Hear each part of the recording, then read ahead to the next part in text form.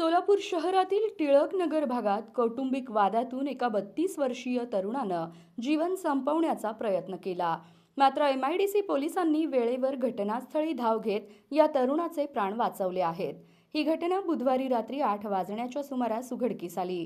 असलम इरफान शहा फकीर वय 32 राहणार टिळकनगर सोलापूर असे आत्महत्येचा प्रयत्न करणाऱ्या तरुणाचे नाव आहे।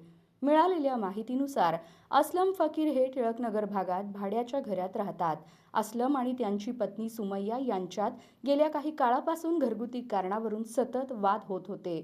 रोजच्या जाचाला आणि भांडणाला वैतागून असलम आपल्या पत्नीला सोडण्यासाठी तिच्या माहेरी गेले होते। मात्र तिथे गेल्यावर वाद आणखीनच वाढला। सासरच्यांकडून मिळालेली वागणूक आणि घरातील सततचे वाद यामुळे मानसिक तणावात असलेल्या असलम यांनी बुधवारी रात्री राहत्या घरी व्हिडिओ व्हायरल करत टोकाचं पाऊल उचलण्याचा प्रयत्न केला। व्हायरल व्हिडिओची माहिती मिळताच एमआयडीसी पोलीस ठाण्याचे पथक तात्काळ घटनास्थळी दाखल झाले। पोलिसांनी अत्यंत शिताफीने असलम यांना आत्महत्येपासून परावृत्त केले आणि त्यांचे प्राण वाचवले।